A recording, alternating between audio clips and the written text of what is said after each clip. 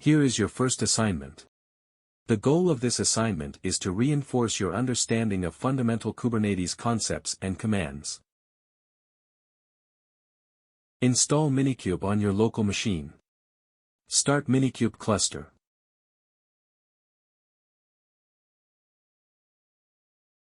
Verify cluster status using kubectl cluster info. Use kubectl get to list different resources in the cluster. Provide summary of resources you observe. Deploy a simple pod using YAML file. Check the status of pod using kubectl get pods. Expose deployed pod as a service using kubectl expose. Verify the service creation using kubectl get svc. Deploy a sample application with multiple replicas. Use kubectl scale to adjust the replicas.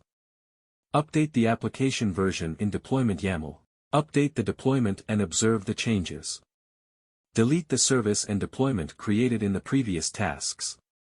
Confirm the deletion using relevant kubectl commands. Please follow the instructions carefully and complete your assignment within the specified timeframe.